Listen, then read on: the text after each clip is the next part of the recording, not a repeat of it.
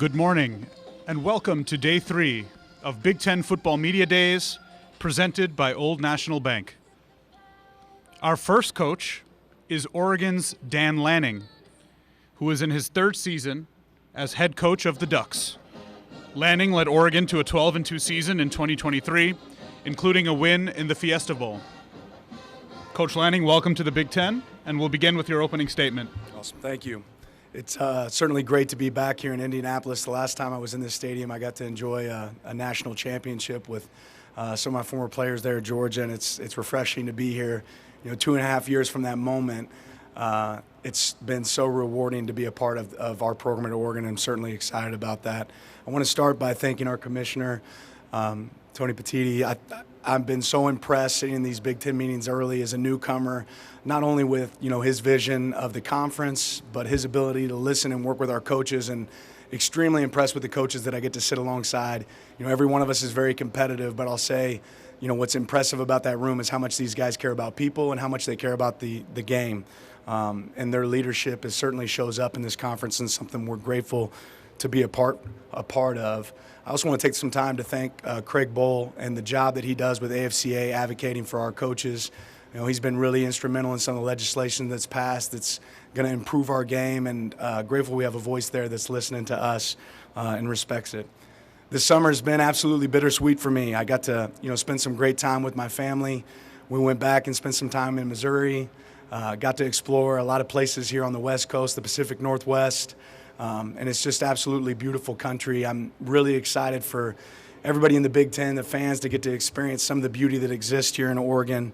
I'm certainly grateful for that time. Our 3 boys right now are back home doing church camp, but my kids are just at that perfect age, 14, 13, 11. I wish I could freeze time. Some of you parents out there know how valuable that is, but I've got a unbelievable home. I got a head coach at home, Sophia, my wife, that's been the absolute, backstop, the root for our family, and made this summer a whole lot of fun for us to spend some time together in fellowship.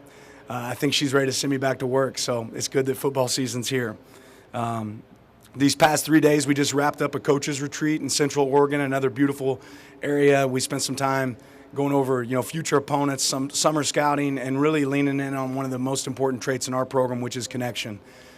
Focusing in on, the roots of our program, what makes us an elite coaching staff, how we can build our roster, what things are going to be in front of us in our future, and also just an opportunity to fellowship and spend time together. It's a staff that I really enjoy, being a part of. We have some newcomers on our staff. I'm excited to see them grow within our program, but certainly value that time and the beauty of our state over the last few days.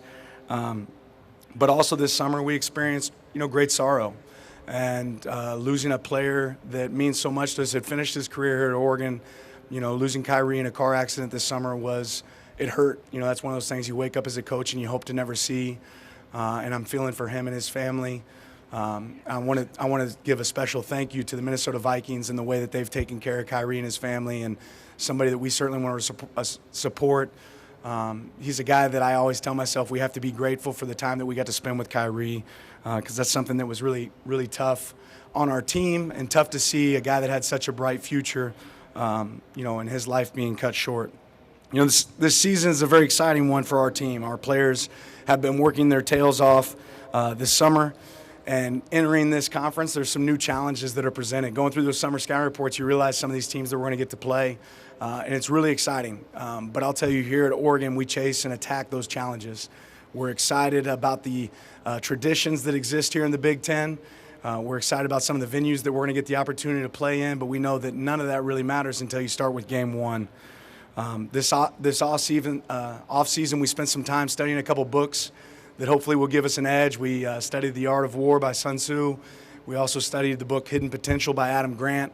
Hopefully those are some books that we can kind of lean into this season and give us an edge as we attack this future season. I'm also really proud of the growth our team has had off the field and the impact they've made on their community. Our guys do a lot of projects in community service, working with kids sports, making 230 beds with Sleep in Heavenly Peace for kids that don't have beds, traveling the world, really making an impact.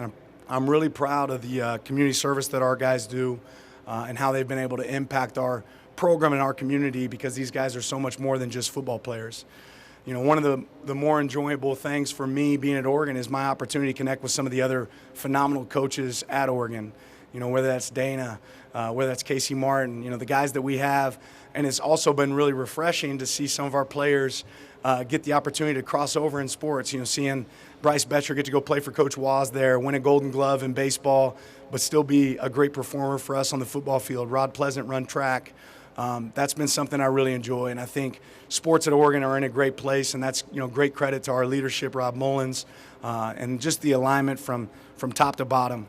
I'm excited today to have 3 phenomenal players here that are here to represent us, and all 3 have worked extremely hard and are certainly deserving. They put themselves in position to be here. I'll start with Dylan Gabriel, our quarterback. He's part of a great family. You know, Garrett and Dory have done an unbelievable job raising this guy. I got the opportunity to recruit him a little bit when I was at Georgia before, and getting to reconnect with him. You know, obviously he's a legacy. His dad set a lot of records as a quarterback before, and now Dylan gets an opportunity to carry on that legacy. I know wearing the number 8 and representing the number that Marcus wore here at Oregon means a lot to him.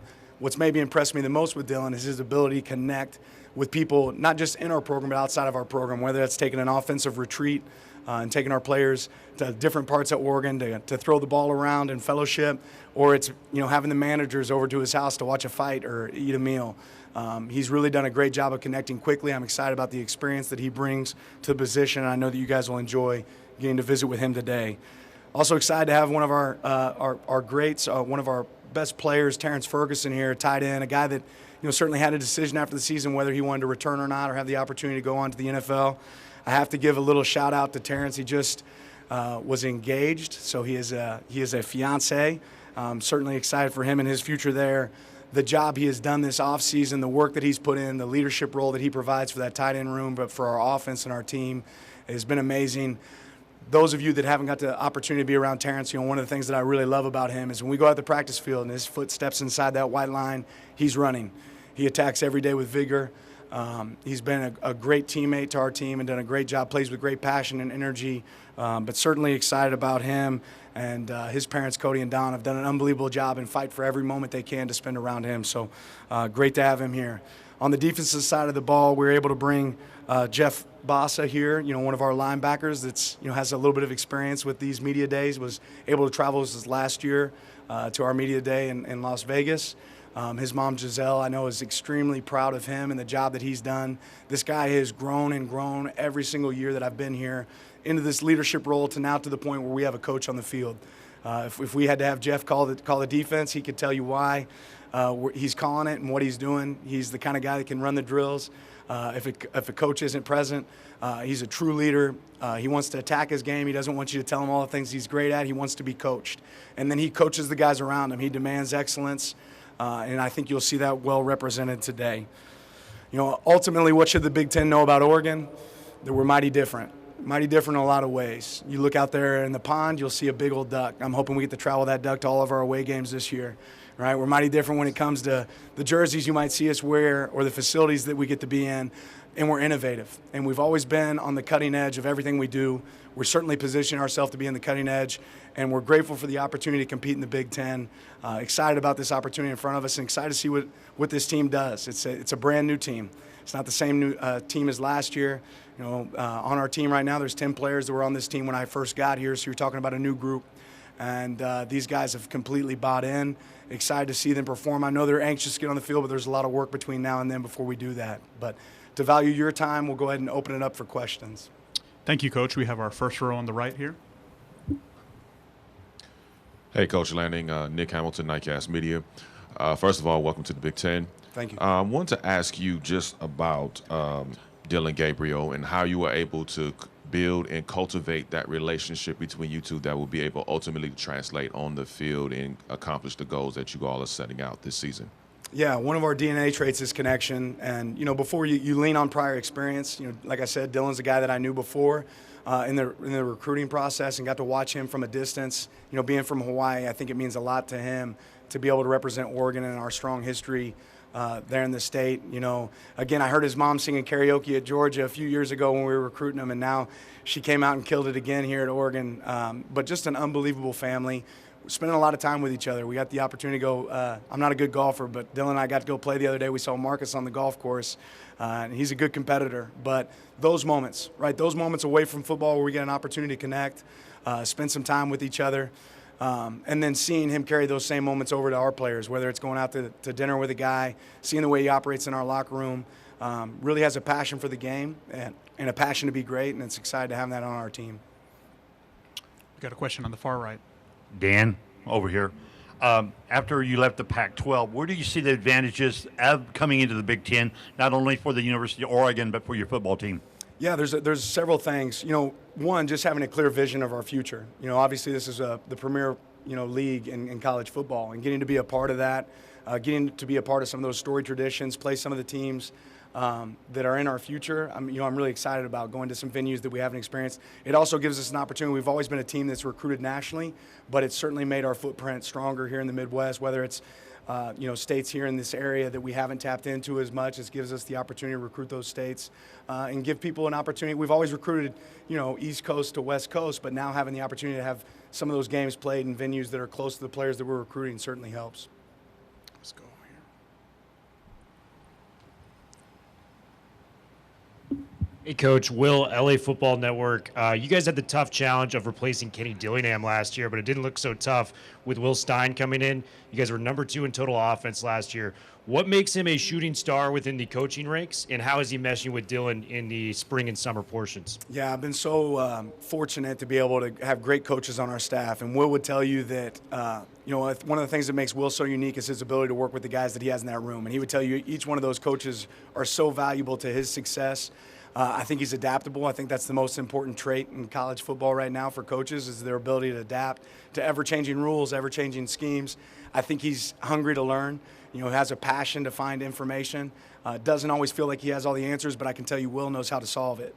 And he has a great group of coaches that he gets to work with every day. He's done a great job with our players. He connects to them. He can meet them at the surface level. As a guy that played the quarterback position, I think that's really important, how that translates to his success on the field, and really excited to see the things that he does for our program this year. Third row on your far right. Spencer McLaughlin, Locked On Podcast Network. Coach, you lost 4 defensive linemen on the interior from last year's team, including Brandon Dorless. What do you see in that room, and how do you think that depth chart plays out as we head towards the season? Yeah, I'm really proud of the way our personnel department and coaching staff went and attacked that. We've recruited really well in that area, especially in the high school ranks, and that's where we build our team first. I think we signed 25 high school players this past year, but that's a position that takes development, and you have to get them caught up quick. We're able to bring in some guys in the portal, and then grow the guys that we have on our roster there that I think will provide us a really strong 2 deep that can compete. Winning football, a lot of people have asked me, what's different about going to the Big Ten? I hear it's more physical. The reality of winning football when you're a team like Oregon in the position you want to put yourself at the end of the year, you got to win in the trenches at the end of the year, not just in the middle of the year, right? And for us to build the team that we want, we know that's really important. That's why we've attacked it so hard. Coach Dan Lanning, thank you so much for your time. Appreciate it. Thank you.